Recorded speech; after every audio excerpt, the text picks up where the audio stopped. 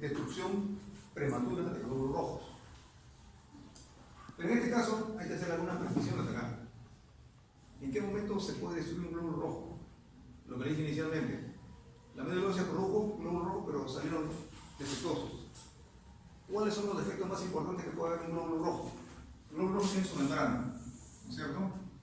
Tiene su hemoglobina. Y tiene su mecanismo enzimático. Entonces, membrana, hemoglobina y mecanismo enzimático, cualquiera de los tres puede fallar. Si falla la membrana, estamos en una membranopatía. Entonces, el ejemplo típico, la heterocitosis hereditaria, la eritrocitosis hereditaria. Esto ustedes deben recordar. ¿En qué consiste la etiopatogenia? Ustedes saben que la membrana tiene un citoesqueleto que le permite tener esa forma que tiene bicóncava, ¿no es cierto? Esa forma bicóncava que le permite una máxima flexibilidad para cuando pasan por el vaso, ¿no?, puedan traspasar esos pequeños poros que hay entre los senos venosos que hay en el vaso. Un glóbulo rojo que tiene 7 micras se encuentra con un orificio de 3 micras. ¿Cómo lo pasa? Por la forma bicóncava que tiene se puede contorsionar y pasarlo. ¿Qué pasa si el glóbulo rojo es esférico? ¿Se puede doblar? Ya no puede, porque no tiene cintura, ¿no? Se queda atrapado. La consecuencia viene el sistema macrófago, lo destruye. ¿Y por qué lo destruye? Miren, la explicación está en la siguiente. Ustedes saben que el glóbulo rojo nos han enseñado que transporta oxígeno, ¿no es cierto? Transporta oxígeno cuando no lo usa. Llega al tejido y ahí se desprende ese oxígeno. Y cumple su función. Pero tiene otra función también. Tiene una función que le llaman de acarreo de anticuerpos. ¿En qué consiste eso?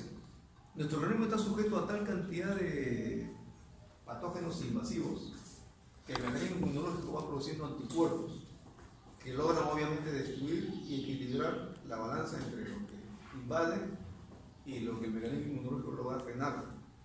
Entonces, pero siempre quedan anticuerpos flotando en el plasma. Bien, en la médula ósea hay moléculas de superficie que precisamente permiten que estos anticuerpos que han quedado flotando se comiencen a adherir al glóbulo rojo. Eso se llama absorción, con D, AD, absorción. Ya, no es absorción con B, es con D. Se pegan a la pared entonces. ¿Ya? Entonces imaginen que el glóbulo rojo cumple esa función, los millones de glóbulos están así absorbidos de todas esas proteínas, esos anticuerpos, ¿no?, que quedaron como excedente. Cuando pasan por el vaso, los macrófagos se encargan de limpiar ese, algo así como lavarle la cara al glóbulo rojo.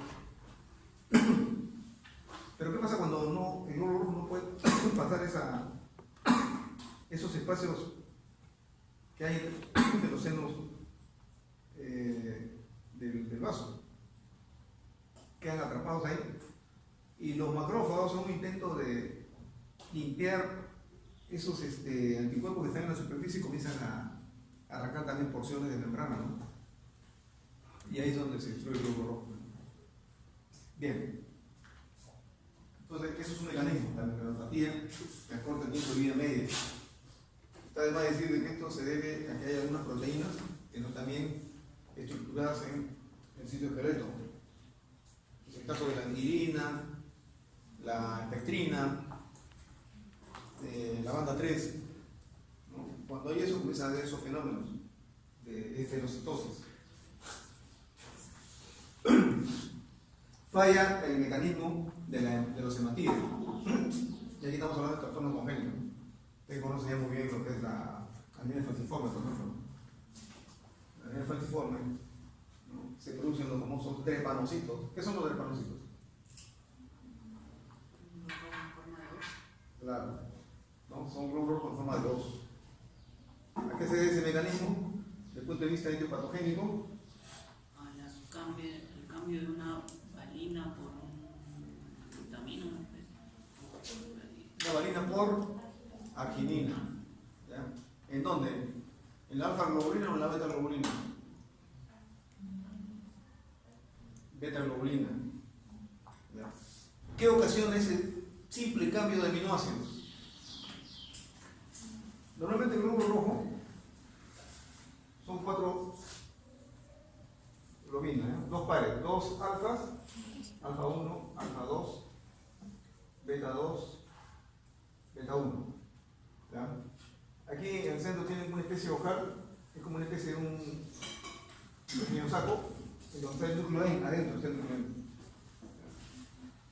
Pero es un ojal semicerrado. Cuando entra la circulación pulmonar, ese ojal permite el ingreso de un oxígeno y ese va a producir un cambio en la estructura de esta hemoglobina. Va a hacer una rotación sobre un eje imaginario. De esta manera que estos sacos se abren más y comienzan a ingresar los oxígenos restantes. Y así viaja hasta encontrarse en los tejidos. Y en los tejidos se encuentra con una molécula, el 2,3-difosfoglicerato, que compite con su afinidad por el oxígeno con la hemoglobina. Entonces el 2,3-difosfoglicerato le quita el oxígeno a la hemoglobina, ¿no? Para pasárselo a los tejidos. Bien. ¿Qué pasa cuando hay una hemoglobinopatía?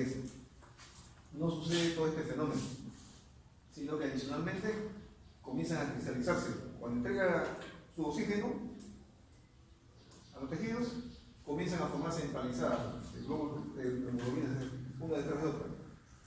Ahora imagínense que cada glóbulo tiene un promedio entre 350 millones de moléculas de hemoglobina, hasta 400 millones de moléculas de hemoglobina cada glóbulo rojo, que comiencen a formarse empalizadas. Obviamente el glóbulo rojo se estira, ¿no? Ya. Si la circulación pasa por el vaso, todos aquellos que logren pasar por el vaso van a entrar a la circulación pulmonar, van a tomar nuevamente el oxígeno, recuperar su forma normal, ¿no? Y así, y algunos, los que se quedan en el camino, se han destruido. Pues, por ejemplo, cuando hay divisiones de confluencia de dos vasos, en esas bifurcaciones ahí se acumulan también esos hepatocitos y a veces producen pequeños trombos. Pues el cuadro clínico característico de la anemia falciforme, dolores sociomusculares, ¿no? Bien, entonces esto también acorta el tiempo de vida media de los glóbulos rojos, ¿no? Las hemoglobinopatías. Otro tipo de hemoglobinopatías, las talasemia, es otra variedad de hemoglobinopatías. Mientras que estas son trastornos cualitativos, las anemias falciformes, las hemoglobinas anormales, hay otras hemoglobinas en las cuales son de tipo cuantitativo. Cuando se produce, por ejemplo, más cadena alfa que beta, o a la inversa, más cadena beta que alfa, hay una especie de asimetría en la producción, que eso se llama talasemia. ¿Ya? También acorta el tiempo de vida media de los glóbulos rojos. La sensibopatía, la glucosa 6-fosfato desoxigenasa, caso muy raro, pero cuando hablamos de enzimopatías, prácticamente lo más frecuente: déficit de glucosa 6-fosfato desoxigenasa, déficit de piruvato quinasa va en segundo lugar, ¿no? Son casos raros, pero repito, hay que pensar en las enzimopatías también como causas de acortamiento del tiempo de vida media del glóbulo. Estos son trastornos congénitos, heredados, ¿ya? Pero también tenemos, dentro de estas anemias periféricas o regenerativas, aquellos otros trastornos que se deben a alteraciones externas al glóbulo rojo. O sea, el glóbulo rojo salió sano, normal, la médula se lo mandó listo para que sobreviva 120 días, pero se encontró con un medio adverso. Estas son causas externas entonces de hemólisis. Mientras que les hablé de la membranopatía, hemoglobinopatías, enzimopatías como causas internas, intracorpusculares, lo que les voy a mencionar ahora son causas externas. Las más frecuentes, las anemias de origen mecánico, relacionadas con anemias microangiopáticas sobre todo. ¿Se acuerdan que en el proceso inflamatorio les comenté a hablar de la reacción de hipersensibilidad tipo 3, en la cual hay depósitos de inmunocomplejo? ¿En dónde? Puede suceder en la membrana basal, pero también puede suceder en el endotelio de los capilares. Si se producen depósitos ahí de inmunocomplejos circulantes, ¿qué va a suceder? Normalmente es como si fuera una especie de escollo, ¿no?, en la circulación normal. La circulación normal en el intravascular es una circulación que le puede llamar de flujo laminar, en la cual las capas de glóbulo rojo, plaquetas, leucocitos viajan en forma de círculos concéntricos, no en forma paralela. Pero ¿qué pasa cuando se encuentra con un depósito de glóbulos circulantes? Ese flujo laminar se convierte en flujo turbulento y por lo tanto los glóbulos rojos comienzan a chocar entre sí, las plaquetas comienzan a chocar con los glóbulos rojos, se rompen. Consecuencias, se activan las plaquetas, liberan sustancias procoagulantes y forman pequeños coágulos.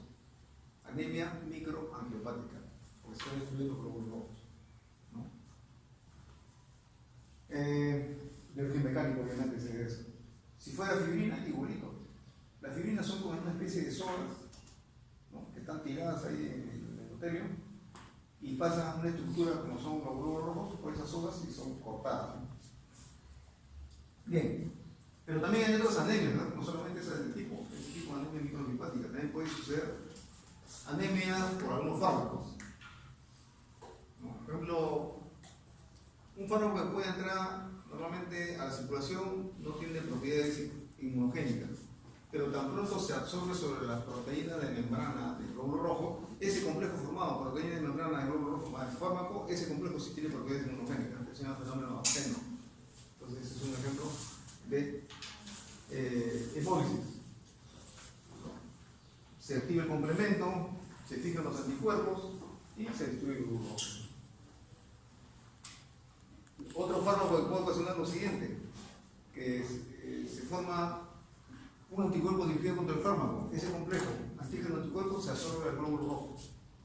Y ahí nuevamente, al absorberse sobre el glóbulo rojo, ese complejo antígeno-anticuerpo, se activa el complemento, fijan los anticuerpos y también el mismo mecanismo de destrucción.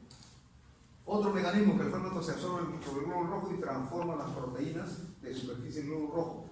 De tal manera que esas proteínas transformadas se convierten en proteínas extrañas, suficiente como para estimular el mecanismo inmunológico, ¿no? Se destruyó entonces el glóbulo rojo por ese mecanismo.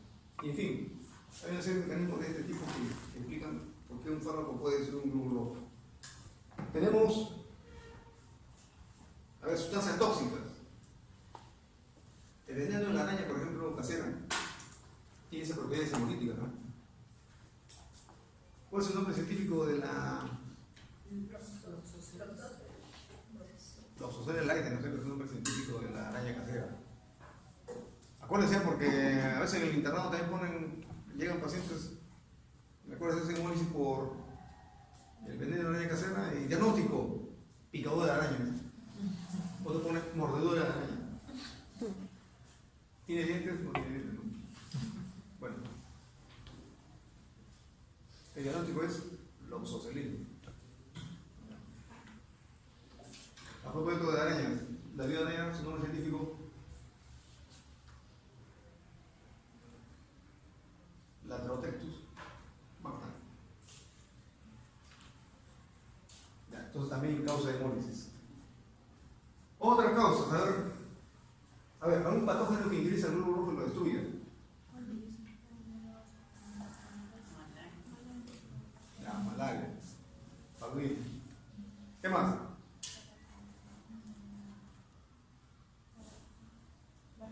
Partonelosis. Acuérdense siempre, ¿no? Los dos deben estar, como dicen, ya en la punta de la lengua.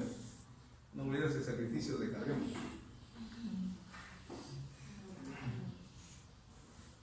¿Qué más? ¿Qué otras causas hay de hemólisis? Fármacos,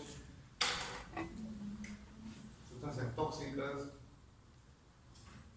hematozoarios, en fin, todos esos elementos que aportan el tipo de vida media como agentes externos que atacan al glóbulo rojo sano. Es importante tener en cuenta al momento de definir ante qué casos de anemia estamos. Insisto, la anemia es un síndrome. Olvídense ese diagnóstico final, a veces dan de alta al paciente, ponen así A, E, D, otra vez A, y eso no es diagnóstico. O sea, dicen anemia de etiología determinada. La anemia es un síndrome, uno tiene que llegar al diagnóstico, y para llegar al diagnóstico hay que saber cuál es la causa básica de una anemia. Y la causa básica de la anemia arranca de definir de esta clasificación que estoy trayendo. ¿Ya? Y de aquí viene el otro proceso. ¿Cómo puedo llegar a un diagnóstico si estoy en un síndrome anémico? Entonces, el protocolo a seguir. Cuando uno se sigue ese protocolo, uno ve esa historia clínica y están adivinando. Una vez leí una historia clínica, un paciente que viene con anemia, tenía 6 gramos de hemoglobina, ¿no? Y el reticulocito tenía 8%, pero si no me equivoco estaba aumentado, entre comillas aumentado. Bien. ¿Qué diagnóstico dieron? Síndrome de Gilbert. No sé cómo llegaron a ese diagnóstico, es un caso muy raro, pero era síndrome de Gilbert. ¿Qué es el síndrome de Gilbert?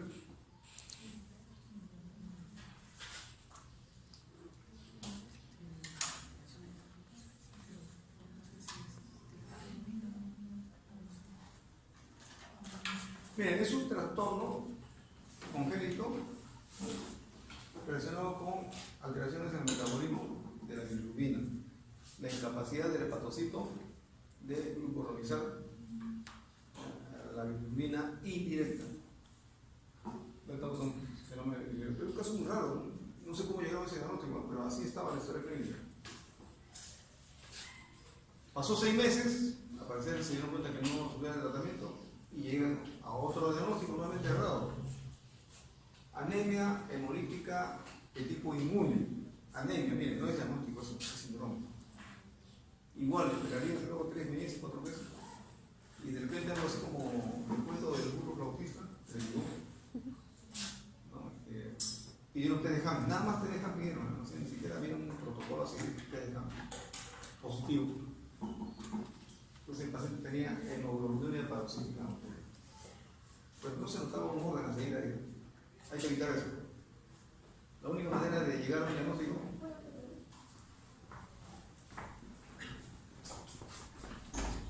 es seguir el siguiente protocolo. Anoten. Después que tenga un laboratorio en donde descubren o sospechan que el paciente tiene anemia, lo primero que debe pedir es estudio de frotis de lámina periférica. Estudio de frotis de lámina periférica. Si el hemograma me está dando un estudio cuantitativo,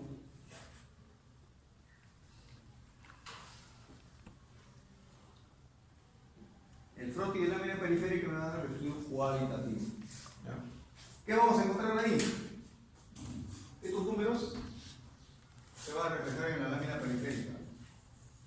Si el paciente es normocítico, normocrómico, o sea, el tamaño, y este halo central normal, que debe ser 1/3 del resto. ¿Ya? ¿Qué pasa cuando hay esto? Estamos hablando de hipocromía. ¿Ya? Hipocromía, el halo central está mucho más grande. ¿Qué más? Lo que habíamos dicho, drepanocitosis, este típico de una hemoglobinopatía S. Bien, si yo tengo un glóbulo rojo así, redondo, y encuentro un fragmento de este tipo como si fuera un casco, es un fragmento del glóbulo rojo. Si se ha fragmentado, ¿qué significa? Destrucción mecánica, ¿no es cierto? No. Ojo. Acá, hemoglobinopatía. Y si yo encuentro un glóbulo rojo que parece una esfera, ¿no? Uno lo ve ahí como una esfera, esferocitosis. O sea, le está dando las características cualitativas del glóbulo rojo. Y si yo encuentro acá un funtiano basófilo, el glóbulo rojo, me puede estar indicando que hay una intoxicación por plomo. Y si yo encuentro de repente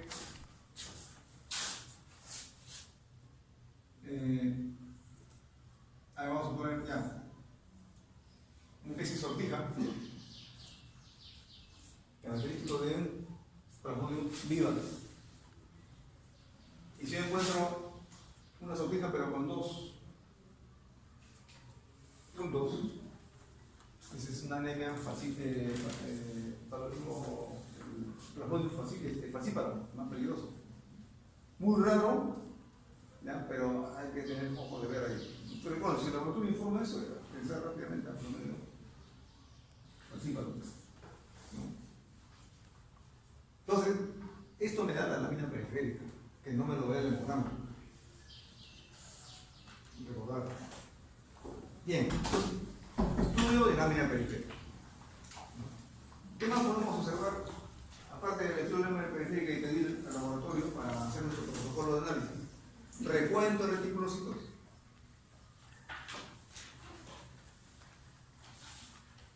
En una anemia hemolítica yo espero encontrar reticulocitos aumentados, ¿no es cierto? Pero en una anemia A regenerativa, ¿cómo estarían los reticulocitos? Disminuidos. Pero acá viene, ya qué cosa es lo normal y qué cosa es lo disminuido. El laboratorio normalmente informa reticulocitos en fórmula porcentual, por acaso. Y lo normal es porcentaje de 0.5 a 1.5 reticulocitos. Por ciento, ¿no? 0.5% a 1.5%. Incluso en niños puede llegar a 2%. ¿Ya? Pero yo le digo una cosa. A ver, yo tengo un paciente con 2 millones de glóbulos rojos y el laboratorio me informa 1.5% de reticulocitos. ¿Es normal eso? Para 2 millones está elevado, ¿no es cierto? Si tiene 1.5 no es normal, está produciendo poco. Ya no está respondiendo. ¿Por qué? Porque se espera, cuando hay hemólisis, que se espera incremento de reticulocitos, como reposición de lo que está perdiendo. Entonces, también mucho ojo al momento de interpretar. Ya en teoría vamos a repasar acerca de ese recuento de reticulocitos porque hay algunos indicadores que nos pueden ayudar. ¿No? Por ejemplo, lo que se llama el recuento corregido de reticulocitos. Es una fórmula que relaciona cuánto tiene de hematocrito el paciente versus el hematocrito para la edad que tiene el paciente. Entonces debe salir un indicador. Y eso me corrige los reticulocitos que me están diciendo el laboratorio. Si me salió ese indicador, lo multiplico por la cantidad de reticulocitos que tiene el laboratorio, que dice 1.5, de repente me sale el recuento corregido menos, sale 0.8, manejando este indicador. Bien. Pero aparte de eso no es suficiente. También hay otro indicador, índice de producción de reticulocitos. Se basa en el siguiente esquema. Cuando uno tiene 45% de hematocrito, el reticulocito que sale a sangre periférica demora un día en madurar. ¿Ya? Pero si yo tengo 40% de hematocrito, no, perdón, 35% de hematocrito, me va a demorar 1.5 días. ¿De acuerdo? O sea, va a demorar más, porque están saliendo elementos jóvenes. Si el hematocrito es 25%, madura en sangre periférica 2 días. O sea, va demorando su maduración, ¿no? Porque son jóvenes. O sea, uno está mandando elementos jóvenes. ¿No? Si tengo 15%, va a demorar 2.5 días. O sea, va demorando más. Entonces, correlacionando el recuento corregido con el índice de maduración, yo puedo saber si la médula está respondiendo bien o no. Y sobre esa base yo puedo tomar una decisión. Si no responde bien, tengo que hacer una actividad de médula ósea, un procedimiento traumático. Entonces también olvídense de hacer actividades de médula ósea si antes no han evaluado estos indicadores. Porque de repente la médula ósea está respondiendo bien y por lo puro estoy haciendo yo el actividad de médula ósea. No voy a encontrar nada normal. Recordar, índice de maduración de reticulocitos. Sigamos. Miren, entonces el recuento del reticulocito es importante. ¿Ya? Luego viene el estudio bioquímico.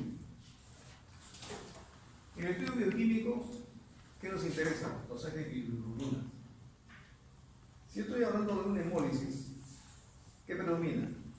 ¿La directa o la indirecta? ¿La D o la I?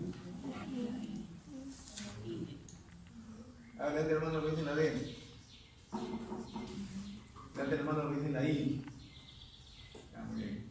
¿No saben, no opinan? Está demostrado que la mayoría no siempre mandan. Ya, en este caso es la indirecta. Miren, también acá es importante que ustedes dominen esa parte del tema. Yo les puedo decir ahorita, les pregunto, a ver, díganme ustedes cómo es el metabolismo de la bilirrubina. Miren, comienzan así, en el libro leí esto, pero si lo vemos en un esquema, nuevamente van a encontrar la clave de, primero, los órganos que intervienen, y segundo, las ideas fuerzas que les va a ayudar a recordar lo que ya ustedes han aprendido. Entonces, bueno, ¿dónde se produce la hemólisis? Cuando ya el glóbulo rojo pasó su tiempo de vida media.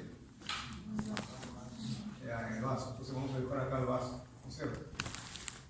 Ya. Una vez que se produce acá la hemólisis, se produce, se produce la hemólisis y se libera hemoglobina, ¿no es cierto? Ya, sucede en el vaso.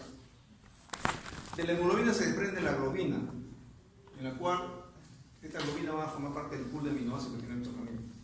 Ya, se desprendió la globina. ¿Qué queda?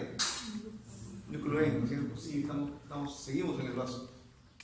¿No es cierto? El núcleo N se desprende de qué? Del ion. ¿Del hierro? ¿Pero qué? ¿Ion férrico o ion ferroso? Ion ferroso. ¿Dos cruces o tres cruces? Dos cruces. Recordar todo eso, luego normalmente eso tiene su función. En la escala de evolución de los seres vivos, la hemoglobina prácticamente es una adquisición la más importante que puede haber en los mamíferos. Si no tuviéramos hemoglobina, el transporte de oxígeno que captamos del medio ambiente se perdería en el camino. La hemoglobina en pequeños paquetes permite transportar ese oxígeno a los tejidos, o sea, optimiza la utilización del oxígeno que se capta del medio ambiente. Esa es la hemoglobina y su ion ferroso. Eso tiene su importancia. Un paciente que está intoxicado por monóxido de carbono, el monóxido de carbono se fija al ion ferroso. Y por más que yo le dé oxígeno al paciente porque se está asfixiando, no va a pasar nada porque la hemoglobina no funciona. Lo que tengo que hacer es una transfusión de sangre en estos pacientes con infección pulmonar. Ya, bien, digamos. Se desprende su ion ferroso. ¿Qué queda? Ese anión tetrapirrónico, es un anión tetrapirrónico. El núcleo tiene anión tetrapirrónico y su ion ferroso. Le quito el ion ferroso, queda el anión tetrapirrónico. Ese anión tetrapirrónico se convierte en una cadena lineal. Es la biliverdina. Seguimos en el vaso, ¿no? La biliverdina sufre un proceso de oxidación, se transforma en bilirrubina indirecta, sustancia tóxica, insoluble en agua, con gran afinidad en tejidos lipoides. El recién nacido cuya barrera hematoencefálica no está bien formada tiene un alto riesgo de que sea impregnado por esta sustancia tóxica, la bilirrubina indirecta, y produce una enfermedad llamada Kernicter. En el infante ya la barrera hematoencefálica está bien formada y por lo tanto no hay ese problema, pero en el recién nacido sí. ¿Ya? Seguimos en el vaso. Entonces, inmediatamente entra en acción ese transportador universal que hay en nuestro organismo. ¿Cómo se llama? El transportador universal. La albúmina. Ustedes ponen un fármaco, vía intravenosa, intramuscular, etc. Ese fármaco rápidamente es neutralizado por la albúmina, que lo lleva al hígado. El hígado es el gran desintoxicante de nuestro organismo. Igual, se formó la bilirrubina indirecta, la albúmina entra a tallar ahí, se une y lo transporta al hígado. Ya estamos en el hígado, entonces miren el siguiente órgano. ¿Ya? Entonces aquí tiene que ser su grupo así. ¿Y en el hígado qué sucede? Están los hepatocitos, ¿no es cierto? Ya. En los hepatocitos, cualquier sustancia que ingresa a nuestras células, por si acaso, necesita receptores, ¿no? O sea, no imaginen ustedes la membrana celular como una sustancia inerte, ¿no? Son pequeñas puertas que permiten el ingreso de determinadas sustancias. Igual sucede con la bilirrubina indirecta. La albúmina lo presenta al hepatocito y no lo va a ingresar si no tiene una proteína de superficie. ¿Cómo se llama esa proteína de superficie?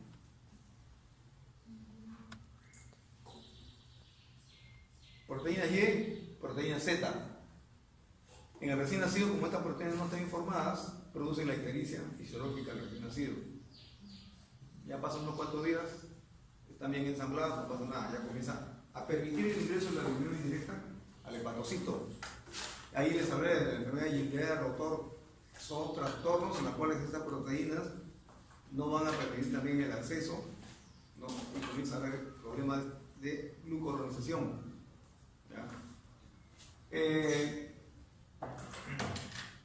Una vez que ingresa al hepatocito, seguimos en el hígado, ¿no? ¿Qué va a suceder? El ácido glucurónico se incorpora a la bilirrubina indirecta, ¿no es cierto? Entonces hay un proceso de glucuronización. La glucuroniltransferasa permite precisamente el ingreso del ácido glucurónico a la bilirrubina indirecta para transformarlo en bilirrubina directa. Sustancia inocua, soluble en agua. ¿Ya? Estamos en el hígado todavía. ¿Qué va a suceder? Es eliminada junto con las sales biliares, ¿no? A través de la bilis, el vesículo biliar, ¿no?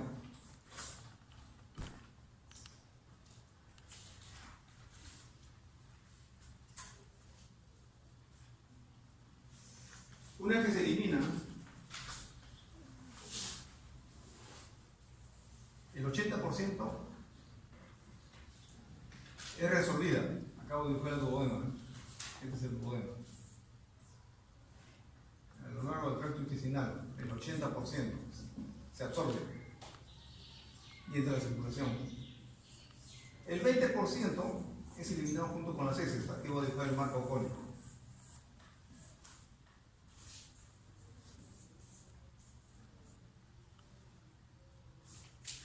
El 20% es eliminado junto con las heces, bajo la forma de estercobilinol.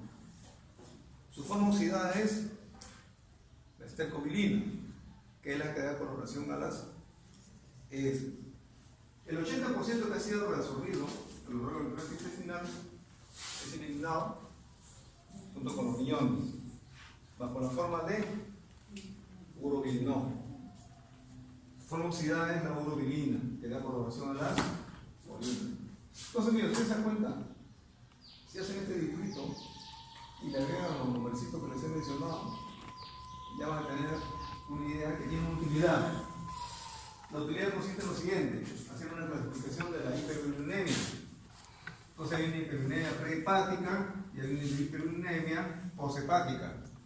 Todo lo que está de aquí para arriba, prehepática. Todo lo que está de aquí para abajo, hasta la vesícula biliar, es hiperbilirubinemia hepática. Todo lo que está después del vesículo biliar es poshepática, ¿verdad? Y tiene su característica. Si es prehepática, ¿qué predomina? Indirecta, ¿no es cierto? Si fuera hepática, ya, aquí hay que hacer una distinción nuevamente. Les hablé, síndrome de Gilbert-Rotor, trastornos en el proceso de glucuronización. Si es congénito del trastorno, la hiperbilirubinemia de tipo hepática predomina la bilirrubina indirecta. Insisto nuevamente, la clínica aquí es mandatoria nuevamente. ¿Ya? No porque digan que hay bilirrubina indirecta significa que es hemólisis. No, también puede ser trastorno de glucuronización. Por lo tanto, predomina la bilirrubina indirecta. Si fuera viral, ya es un problema parenquimatoso, ¿no es cierto? Se está destruyendo los hepatocitos. Por tanto, liberan los dos, la bilirrubina directa y la indirecta. ¿Ya? Pero si fuera poshepática, ¿qué está pasando? Habíamos dicho que la bilirrubina directa se elimina junto con las sales biliares. Pero si hay una obstrucción, acuérdense la estructura del árbol biliar en relación con el hepatocito. Hay un polo biliar que permite el drenaje a través del vesículo biliar, ¿no? Pero también hay un polo, podemos llamar capilar o sanguíneo. Si no sale por el polo biliar, tiene que salir por la sangre. Entonces la bilirrubina directa sale por la sangre. Entonces cuando hay un trastorno llamado hiperbilirubinemia poshepática, por una obstrucción obviamente, predomina la bilirrubina directa, porque ya el hepatocito lo ha transformado, pues, a la indirecta en directa, sino que no podía drenar por el polo biliar, sino que sale por el polo capilar, ¿no? Por el polo sanguíneo también. Recordar eso porque permite saber dónde estamos.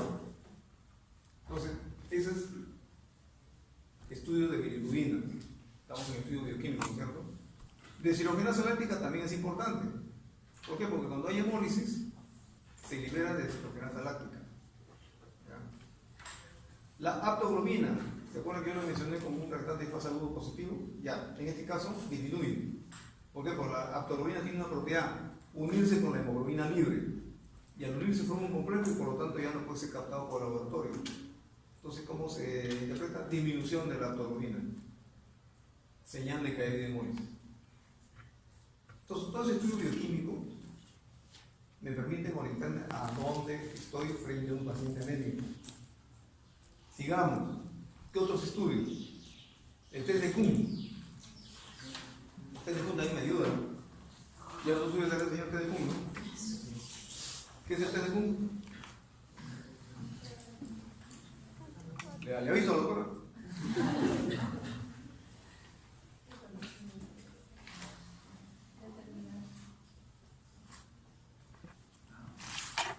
Mira, el test de Kuhn, acuérdate que es una prueba de laboratorio que va a detectar presencia de anticuerpos llamados irregulares. Por ejemplo, cuando se absorbe directamente el anticuerpo del glóbulo rojo, el test de Kuhn me lo presenta rápidamente como aglutinando todos los glóbulos rojos. Y en el tubo de sueño nos ven ahí el botón que se forma de cabeza centrifugal y cuando lo quiero disolver no se puede disolver. Ese test es indirecto. Pero también hay un test de Kuhn indirecto con I. Los glóbulos rojos no están absorbidos todo eso, los glóbulos rojos no están en el plasma o en el suelo. Entonces, ¿qué es lo que tengo que hacer? Tengo que fijarlo en un glóbulo rojo normal. ¿Ya?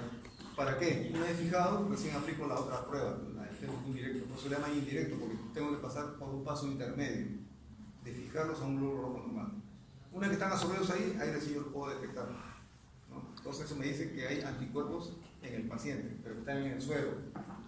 Realmente pacientes que ponen transfundidos, gestantes que han sido sensibilizadas porque el antígeno del recién nacido pasó a la circulación materna y estimuló el mecanismo inmunológico. A eso le llaman anticuerpos celulares. Entonces, repito, el test de Kuhn también me permite hacer un estudio de anemia. Si hay alguna respuesta hemolítica, ¿no? Por algún anticuerpo dirigido contra un antígeno de la membrana del glóbulo rojo. Hasta ahí son pruebas de orientación global. Después hay pruebas específicas, muy caras y necesita mucha especialidad para hacer estas pruebas. La primera de ellas, que se habla de la efervescencia hereditaria. En la efervescencia hereditaria, lo que existe ahí en esta prueba es la llamada resistencia osmótica electrolitaria. Se coloca a la muestra del paciente, el glóbulo rojo del paciente, a una batería de sustancias hipotónicas, ¿no? Que van disminuyendo, van aumentando la hipotonía, ¿no? Y se percibe en qué momento se produce la hemólisis. Si el paciente tiene efervescencia hereditaria, obviamente que se va a producir inmediatamente la hemólisis. Pero si es un glóbulo rojo normal, de esta forma bicóncava, la hipotonía no va a hacer su efecto todavía muy rápido. ¿Por qué? Porque tiene un margen de maniobra de que el glóbulo puede seguir incorporando líquido al interior, ¿no? Porque tiene que estirarse muy bien. Pero el eferocito no. El eferocito no tiene nada más estirarse más y comienza a crecer el agua, lo hace estallar al glóbulo rojo, ¿no? En eso se basa el fundamento de la famosa prueba de resistencia osmótica electrolitaria. Otra prueba de laboratorio. Tenemos la electroforesis de hemoglobina. Se hace una preparación de hemoglobina del paciente, ¿no? Y como cualquier otro electroforesis de proteína, se coloca la muestra y se hace correr, ¿no? En una cubeta, que ya se acuerdan cómo es la electroforesis de hemoglobina, ¿no? En la cual hay una carga negativa y una carga positiva, ¿no?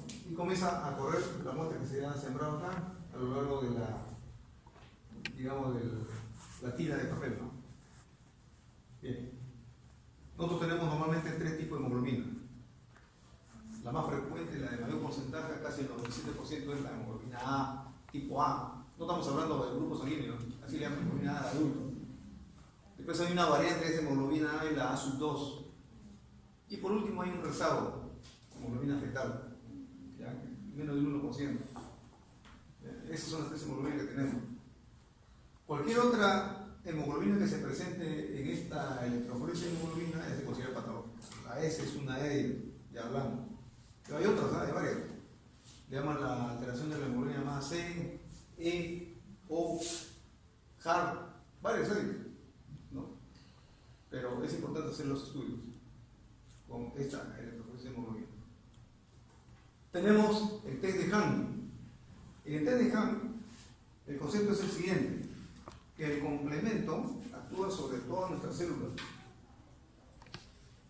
No necesita un proceso inflamatorio para que se active el complemento, ¿no? Va bien a la inversa. El proceso inflamatorio incrementa la actividad lítica del complemento y el laboratorio puede captar ese incremento.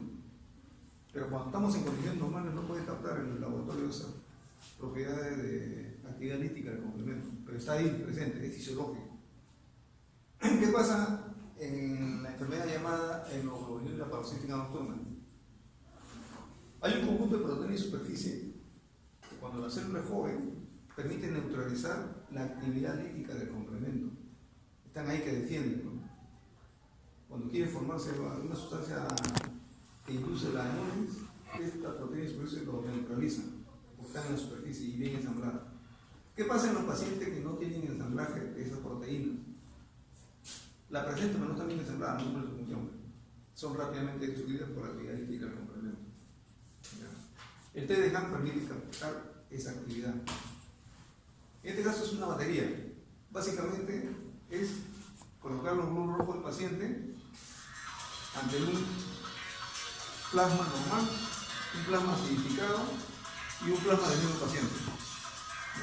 Después es el paciente, después el glóbulo rojo normal también.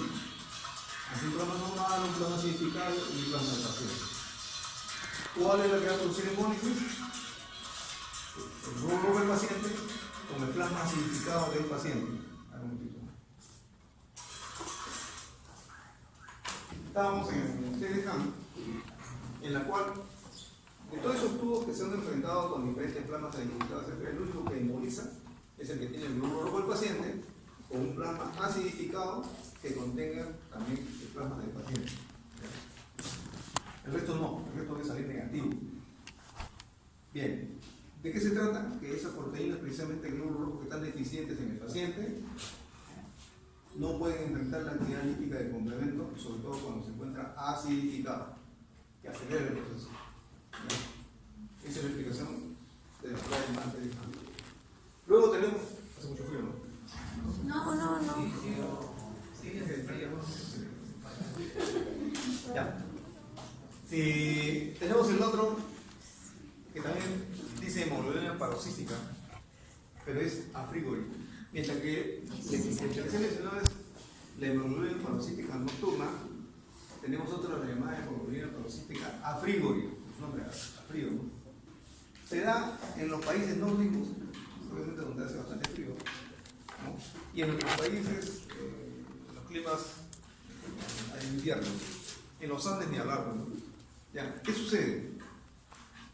Se trata de la presencia de una hemolicina, ¿ya? O sea, es un anticuerpo de amplio rango térmico porque actúa en dos fases. Uno, cuando el paciente está en un clima frío, y después cuando la circulación propia cae sobre todo a nivel del mesenterio, ¿no? Llega a 37 grados centígrados. En ambos este anticuerpo está funcionando. En la primera fase, cuando la temperatura está por debajo de 30 grados centígrados, generalmente son las extremidades, ¿no?